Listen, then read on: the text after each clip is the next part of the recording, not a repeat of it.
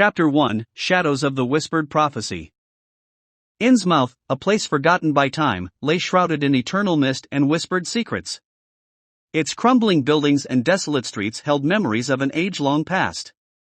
Among the cryptic tales that danced through the fog, there was one that sent a chill through even the bravest hearts, the cryptic legend of the Day of the Last Taco. At the heart of this enigmatic town dwelled Ezekiel Marsh, once celebrated as a culinary virtuoso, but now a recluse lost in the labyrinth of his own fixations.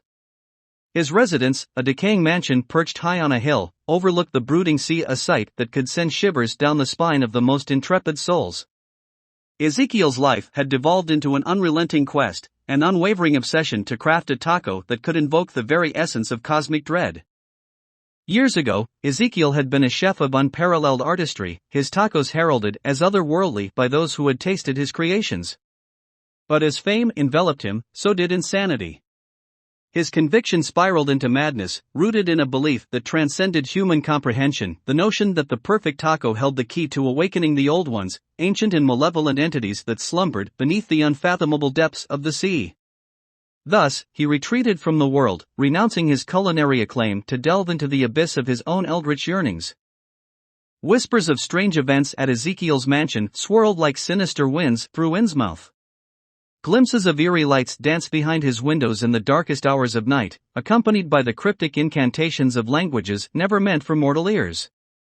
Tales of his unholy rituals and bizarre experiments spread like wildfire, weaving their way into the very fabric of the town's folklore. As the years passed, the ominous prophecy of the Day of the Last Taco ingrained itself deeper into Innsmouth's collective consciousness. It was rumored that on this foreboding day, Ezekiel would craft a taco so sinister, so beguiling, that it would summon the old ones from their watery slumber, heralding an age of unspeakable terror. Amidst flickering lantern light in the town's taverns and the hushed conversations in the smoky corners of fishermen's hovels, debates on the veracity of this prophecy raged. Some dismissed it as mere superstitious nonsense, while others stared into their tankards with growing unease.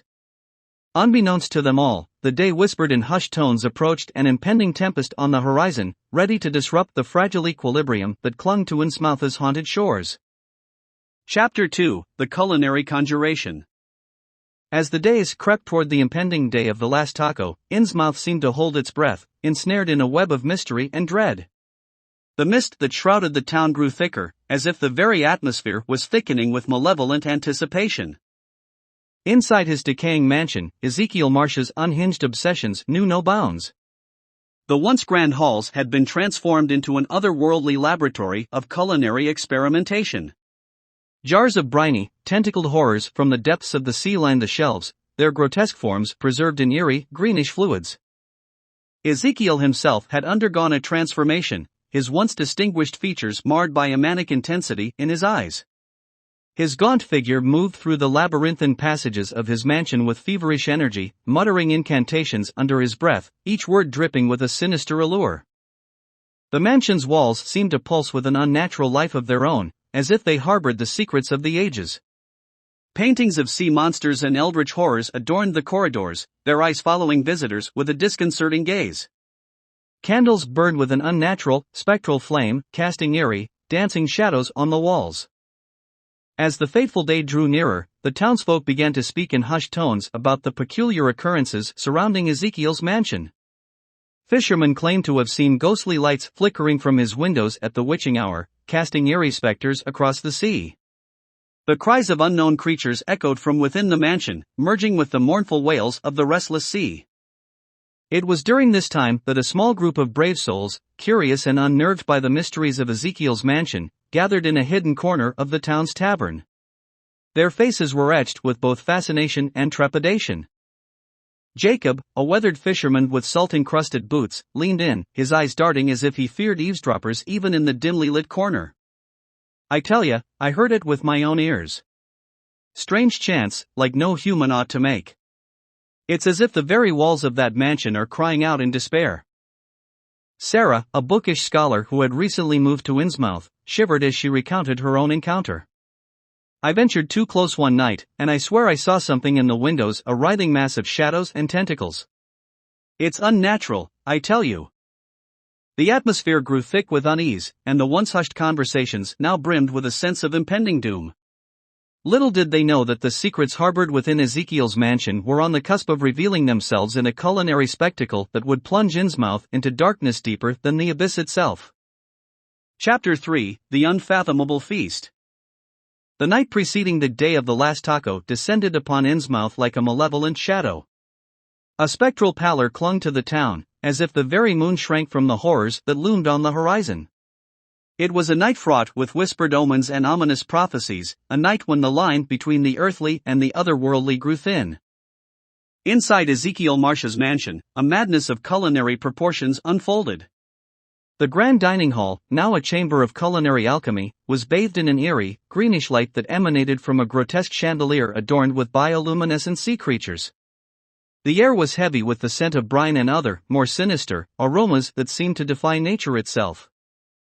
Ezekiel, an embodiment of madness, stood at the head of a dining table laden with ingredients from the darkest depths of the ocean. His hands moved with preternatural precision as he prepared the Eldritch feast. Slender tendrils of strange creatures writhed beneath his touch, their movements a dance of malevolent grace. With each incantation, he called upon forces beyond human understanding. Words that had not been spoken by mortal tongues in eons flowed from his lips, resonating through the chamber. Shadows coalesced around him, their inky forms pulsating in time with his dark rituals. Outside, the sea itself seemed to respond to his summoning, waves rising and crashing with unnatural fervor, as if the ocean itself quivered in anticipation of the feast to come. The townsfolk, drawn by an irresistible compulsion, gathered in the mansion's vicinity. Their eyes were wide with a mixture of horror and fascination as they bore witness to the culinary sorcery unfolding before them. Sarah, the scholar who had ventured too close before, whispered to Jacob, the weathered fisherman, "This is madness. I've never seen anything like it. He's tapping into forces that should never be trifled with." Jacob nodded, his eyes locked on the grotesque ingredients that adorned the table. "Aye, it's a curse we've brought upon ourselves, meddling with things we can't comprehend." Ezekiel, lost in his culinary rapture, raised the final creation, a taco of unspeakable horrors, dripping with iridescent ichor and adorned with writhing tentacles.